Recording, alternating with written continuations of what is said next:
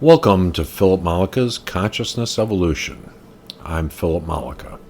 You can find us on Substack at Philip Mollica's Consciousness Evolution, where you can subscribe, and for which you will receive our columns, articles, podcasts, and videos as they are released in your mailbox. Today's column is on right and wrong, justice and responsibility, the terribleness of differences. About 5 years ago, I discovered something that had eluded and tortured me for my entire lifetime. I didn't realize it tortured me, but it did. I am not responsible for the rights and wrongs of the world. Also, I'm not responsible for what my country's government does, or anyone else for that matter. Right and wrong, such an interesting idea and concept. Probably our least investigated belief system, and yet is likely one of the most affecting when it comes to our lives and our well-being. Nothing else has quite the punch to the choices we make than how we perceive right and wrong. We humans absolutely pride ourselves on knowing right from wrong. We teach it to our children. Someone who doesn't know right and wrong is a psychopath. Right and wrong seems like such a simple concept. Either or, yes or no, black or white. There's an unwritten agreement between civilized people as to the question of right and wrong. Decent people all agree on what is right and what is wrong. And if you were to say right and wrong as an absolute, you would be absolutely right. And if you said right or wrong is completely subjective, you could possibly be wrong. At least according to the people whose job it is to be right. For centuries, the gold standard for right and wrong has been our religious texts, the Ten Commandments, the Bible, the Quran, the Torah, the Vedas, teachings of Buddha. Maybe it's not such a simple task to divine right and wrong. Perhaps we've had it wrong all along. It seems right and wrong is relatively subjective, depending on a number of things and depending upon what our influences are. And few things in life, particularly concepts, can claim jurisdiction over our choices more than right and wrong. Right and wrong reflects the dualistic nature of our environment, our reality, the yin-yang of physical life, zeros and ones, on and off, simple to teach and learn, and incredibly easy to manipulate. When faced with a multifaceted issue, arguments, or choices, those who stand to benefit have discovered how to employ crafty and deceiving limits.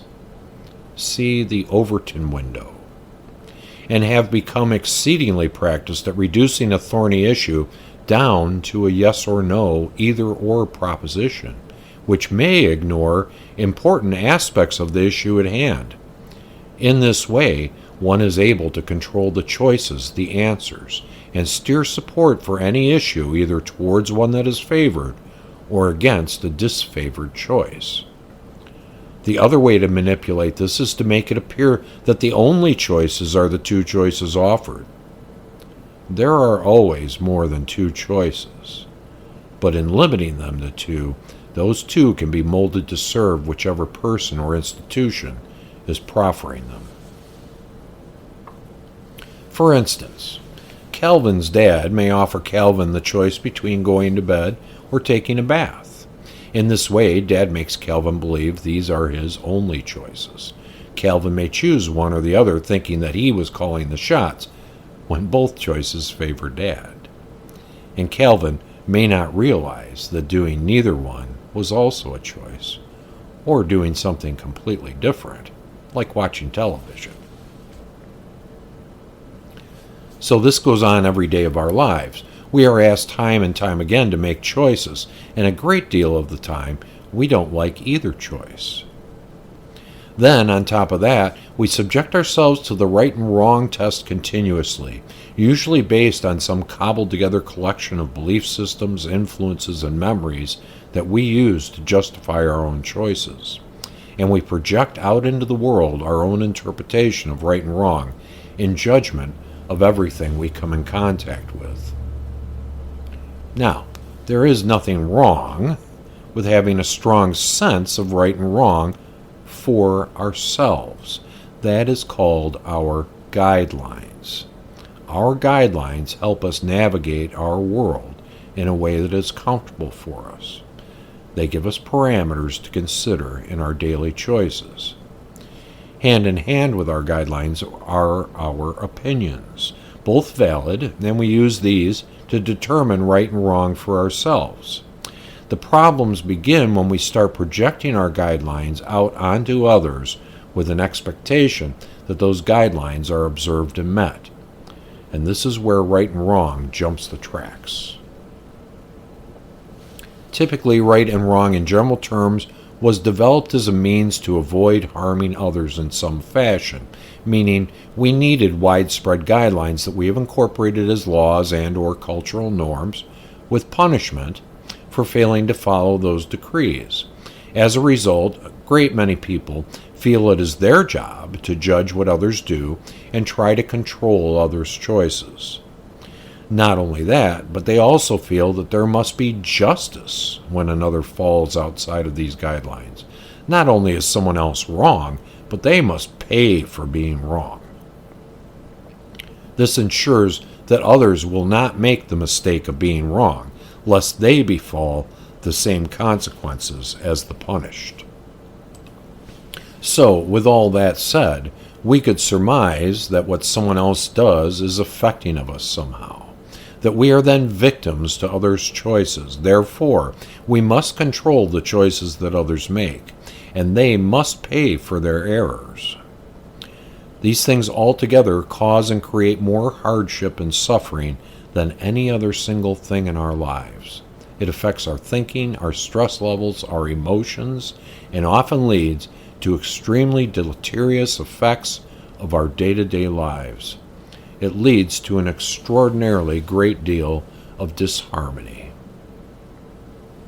Now, what if you knew that what someone else is doing, what someone else is choosing, would have no effect on you whatsoever? Would you then be so quick to judge? Would you even care? Likely not. And I can tell you that with the shift, while belief systems are not going away, they will lose effectiveness. What this means to me is that we are going to become so adept at consciously creating our own reality, it won't matter what anyone else is doing. They can do what they do, and we will do what we do, unaffected by them. And what is the best reason for allowing others to choose as they wish? Because then we will be able to choose as we wish. So now we move back into that idea of acceptance. Acceptance of others, acceptance of their choices, acceptance of their differences. And in return, we will be accepted in kind. Are we there yet? Are we such complete conscious creators that we can utterly ignore what others are doing? Not quite. But we can begin practicing acceptance of differences, the allowing of people who choose and act differently than ourselves. We can stop judging them. We can stop making them wrong. We can begin understanding that they may be making choices we wouldn't, or doing things we even abhor. But it need not affect us. I am not saying we should turn our heads and ignore when children are being slaughtered, for instance. We have our guidelines and our opinions, and we should not be shy about sharing them, especially among those who are becoming more self-aware. New perspectives are needed and necessary. But then there comes a point where we must find it in ourselves to be kind, to understand that a great many things are coming to light and being worked out, and with all our baggage and trauma and history, it's going to be ugly. And a whole boatload of people aren't going to get it now and likely never will.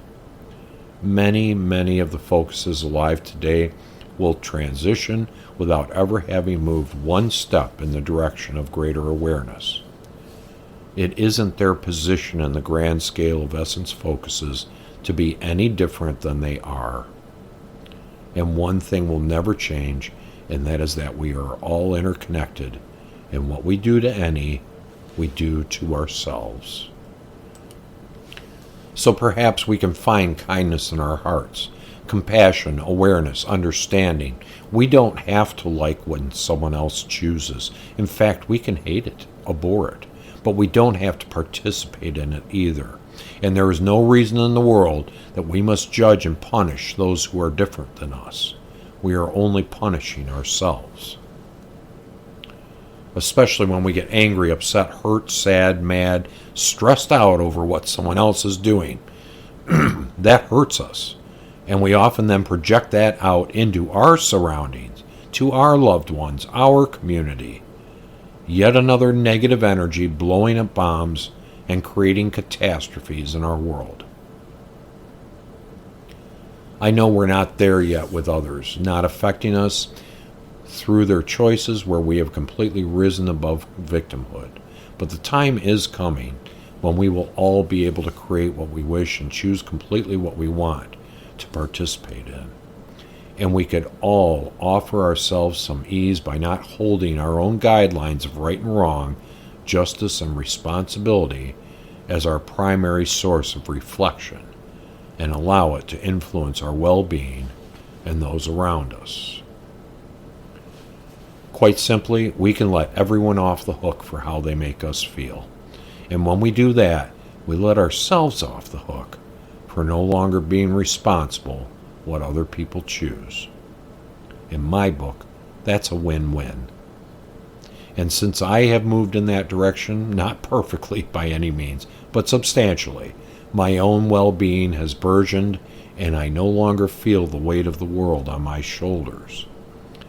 And because I am not so focused on being right, it is much more difficult for someone to manipulate me based on limiting my choices. I always know that there are always many choices, and they're all mine to make. It's all tied together, just like we are all interconnected. And I'm a much happier and healthier person for it. I hope that the exploration of this subject spurs reflection on the part of the readers. So many everywhere are trying so hard to determine right from wrong and project it onto others. It only creates further conflict. To change the world, change yourself. There is no other way. This is undoing millennia of a certain way of perceiving our world. The shift is challenging everything, and right and wrong, justice, acceptance are all going to take on new meanings. It is for us to discover what it will mean to express as essence in a physical reality.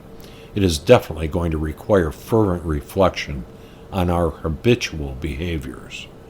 Probably one of the most challenging things I have encountered thus far.